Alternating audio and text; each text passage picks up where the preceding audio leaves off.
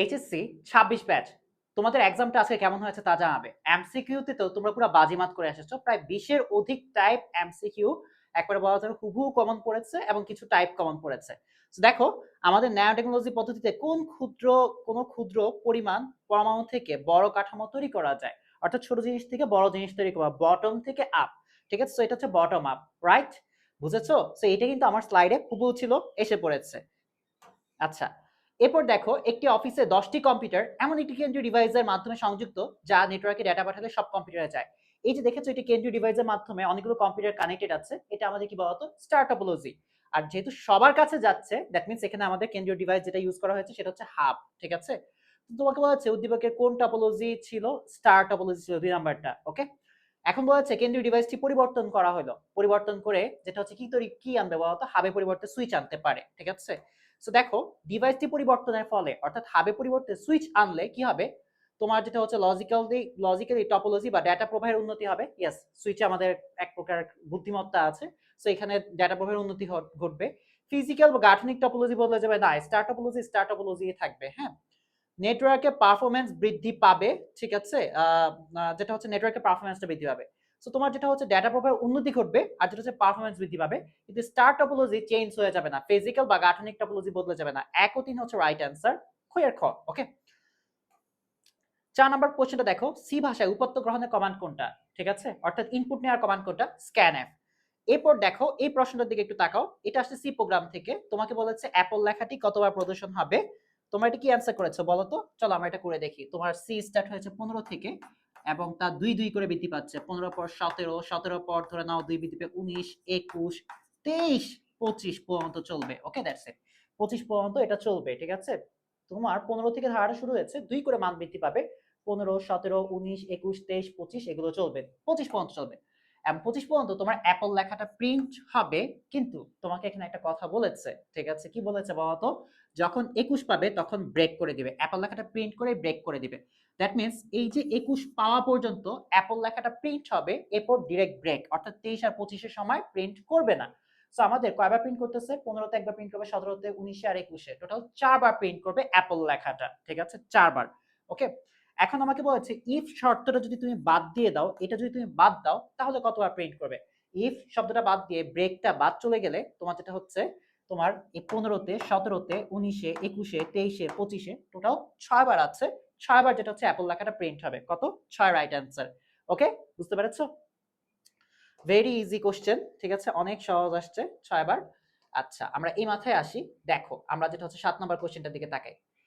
7 নম্বর প্রশ্ন আছে তোমার অ্যারে থেকে। অ্যারে যেটা হচ্ছে A5, অর্থাৎ 5টা যেটা হচ্ছে সেম টাইপের ডাটা তোমার ইনপুট নিতে পারতেছো। হ্যাঁ, সো এই যে আমাদের ফার্স্টে যেটা আছে এটা হচ্ছে তোমার ইন্ডেক্সিং 0, এটা হচ্ছে ইন্ডেক্স 0, এটা হচ্ছে index 1, array index 2, array index 3, array index 4। ঠিক আছে, সো আমাকে বলতেছে অ্যারে ইন্ডেক্স 0 তে মান 10। হ্যাঁ, রাইট আছে।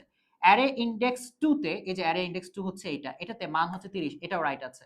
অ্যারে ইন্ডেক্স 5, অ্যারে ইন্ডেক্স 5 নাই, 4 পর্যন্ত আছে, সো এই মানটা ভুল। সো আমাদের 1 ও 2 হচ্ছে রাইট অ্যান্সার। 1 ও 2 কি বলতো? Right answer. Okay, that's it. C ভাষায় লজিক্যাল অপারেটর কোনটা? লজিক্যাল অপারেটর আছে 3টা, লজিক্যাল এন্ড, লজিক্যাল অর কিংবা লজিক্যাল নট। সো আমাদের লজিক্যাল এন্ড এটা রাইট অ্যান্সার।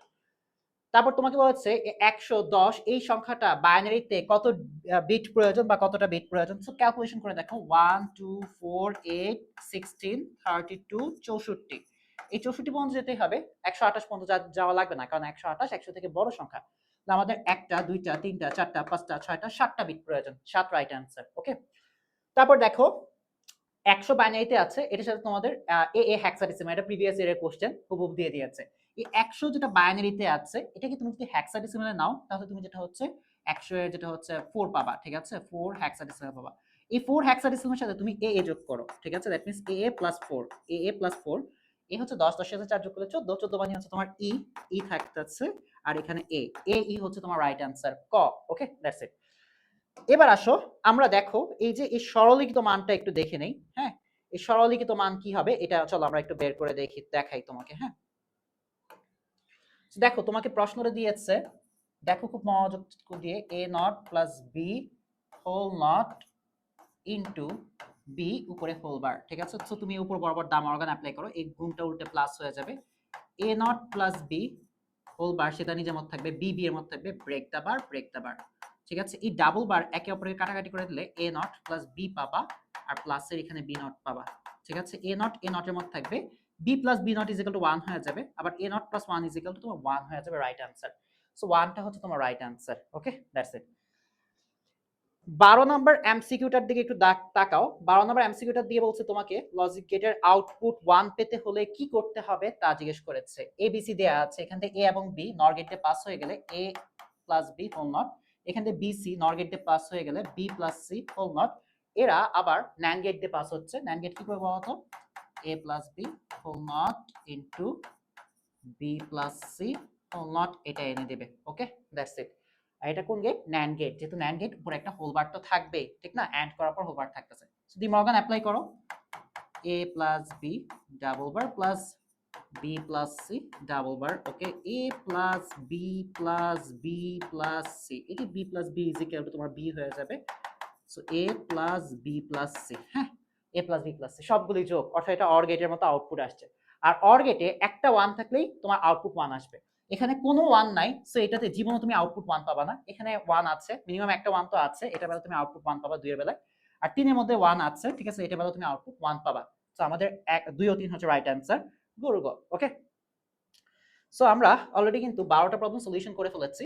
আসো আমরা এই সেটে প্রবলেমগুলো সলিউশন করি। হ্যাঁ, দেখো তোমাকে 13তে বলেছে যে উপরের লজিক গেটটির স্বলিখিত মান নিচের কোনটি, অর্থাৎ a plus B plus C. হ্যাঁ, এইটার জন্য দেখো আমরা এই যে এটা যদি তোমার a হয়, এটা যদি তোমার b হয়, ঠিক আছে, আর এটা যদি তোমার c হয়, c দুইবার নট গেট দিয়ে পাস হইলে c এর উপর একবার নট হবে, নটের উপর আবার নট আসলে নট নট কাটাকাটি গিয়ে তোমার c থাকবে। ঠিক আছে, সো abc কে তুমি একটা অর গেট দিয়ে পাস করে দিলে তোমার এটা ultimately a plus B plus C, a or b or c এরকম আসবে। Okay, that's it. আচ্ছা, এই এমসিকিউটা খুবই পপুলার, এটা মনে হয় হাজার হাজার পার্সেন্ট যেটা হচ্ছে ইম্পর্টেন্ট দিয়েছি, বলছি এটা এক্সামে আসবে, এটা ছাড়া প্রশ্ন হবে না। দেখো, এইচটিএমএল ফাইল এডিট করার জন্য টেক্সট এডিটর কোনটি, আমাদের এইচটিএমএল ফাইল এডিট করার জন্য নোটপ্যাড, নোটপ্যাড প্লাস প্লাস আর সাবলাইম টেক্সট, এই তিনটাকে ইউজ করা হয়। 1 2 3 তিনটে তোমার রাইট অ্যানসার। ওকে, দ্যাটস ইট। 14 গেল। 14 যাওয়ার পর দেখো 15 নাম্বারটা তোমাকে বলেছে এই যে রেজাল্ট টেবিলের যে আইডি ফিল্ডটা আছে এটা কোন ধরনের। ফার্স্ট টেবিলে যদি আমরা এটাকে প্রাইমারি কি ধরি, ঠিক আছে, স্টুডেন্ট এই যে টেবিলে যেটা আছে স্টুডেন্ট টেবিলে আমাদের এটা যদি প্রাইমারি কি হিসেবে ইউজ করা হয়, সেকেন্ড টেবিলে যদি এদের মধ্যে কোনো সম্পর্ক থাকে, ঠিক আছে, সেকেন্ড টেবিলে এই আইডিটা ফরেন কি হিসেবে ইউজ হবে। ঠিক আছে, তো আমাদের এটা অ্যানসার কি হবে বলতো, ফরেন কি হবে। ওকে, দ্যাটস ইট। এবং উদ্দীপকের রিলেশনটি কি কি টাইপের রিলেশন বিদ্যমান 16 নম্বর এমসিকিউটা দেখো। দেখো, এই দেখো, ঠিক আছে, S01 একটা রেকর্ড, একটা রেকর্ড, একটা রেকর্ড, একটা রেকর্ড কানেক্টেড উইথ একটা রেকর্ড, একটা রেকর্ড একটা রেকর্ডের সাথে সম্পর্কযুক্ত, তাই এটা 1 টু 1 রিলেশনশিপ। কি এটা বলতো, 1 টু 1 রিলেশনশিপ। মেশিন লার্নিং এ ব্যবহৃত এনএলপি সফটওয়্যার কোনটা, Microsoft Copilot. Okay, HTML document type declaration কোনটা ব্যবহার করা হয়, এই যে exclamatory doc type HTML use করা হয়। শারীরবৃত্তীয় বায়োমেট্রিক্স কোনটা, তোমার ফিঙ্গারপ্রিন্ট এবং ডিএনএ পর্যবেক্ষণ। 1 ও 3 হচ্ছে রাইট অ্যানসার। ওকে, তারপর দেখো কোন আচ্ছা, এখানে দেখো তোমার কম্পিউটার থেকে মাল্টিমিডিয়া প্রজেক্টরে সিমপ্লেক্স মোড, ঠিক না, simplex mode. Okay, that's it. Bit সিনক্রোনাইজেশনের জন্য বিট প্রেরণের সমন্বিত পদ্ধতি, বিটের শুরু এবং শেষ বোঝা যায় কিন্তু ব্যান্ডউইথ বৃদ্ধি পায়, এটা ভুল। ঠিক আছে, 1 ও 2 হচ্ছে রাইট অ্যানসার। 1 ও 2 হচ্ছে তোমার রাইট অ্যানসার। কোন কমান্ডটি থেকে টেবিলের সকল ডাটা পড়া যাবে, ঠিক আছে, বা সকল ডাটা নেওয়া যাবে, সিলেক্ট স্টার। ঠিক আছে, সিলেক্ট স্টার যেটা আছে, স্টুডেন্ট টেবিল থেকে ক্লাস 5 এবং বলেছে, দ্যাট মিন্স এন্ড ইউজ করতে হবে। এখানে দেখো অর আছে বাদ, ঠিক আছে, এখানে দেখো অর আছে বাদ, নিচেরটার মধ্যে এন্ড আছে কিন্তু মর্নিং কে কোনো ডাবল কোটেশন দেয় নাই। এখানে টেক্সট টাইপের ডাটাকে তোমাকে একটা সিঙ্গেল কোটেশন দিতে হবে। তো দেখো আমাদের যেটা হচ্ছে এই যে select star from student where class is equal to 5 and section is equal to double single কোটেশনে তোমাকে মর্নিং লিখতে হবে। বুঝতে পেরেছো, এন্ড দিতে হবে কারণ এখানে এবং বলেছে। ওকে, দ্যাটস ইট। এটা কোন টপোলজি, ম্যাশ টপোলজি। ফর্মুলা কি, n * n - 1 ডিভাইডেড বাই 2। ঠিক আছে, উল্লিখিত টপোলজি সুবিধা শক্তিশালী নেটওয়ার্ক, ইয়েস, নেটওয়ার্ক ইনস্টলেশন না, কনফিগারেশন কঠিন, এটা ভুল। এটা ভুল, এটা যেটা হচ্ছে হবে না, এটা ক্রস। ঠিক আছে, একটি লিংক নষ্ট হয়ে গেল, বাদ বাকিরা ডাটা আদান প্রদান করতে পারে, এটা রাইট। 1 ও 3 হচ্ছে রাইট অ্যানসার, 1 ও 3। ওকে, সো তোমাদের এক্সাম কেমন হয়েছে কমেন্ট সেকশনে জানাবে। আর ছোট ভাই বোন যদি তোমাদের কেউ থাকে তাহলে আমাদের 27 এবং 28 ব্যাচের স্টুডেন্টদের একটা কোর্স আছে, ওই কোর্সে তুমি অ্যাডমিট করায় দিতে পারো। ঠিক আছে, কতটা দায়িত্ব নিয়ে পড়িয়েছি 26 ব্যাচকে তা তোমরা দেখেছো। ঠিক আছে, কন্টেন্টের উপর কন্টেন্ট দিয়েছি এবং তোমাদের কমন ফেলাতে পেরেছি।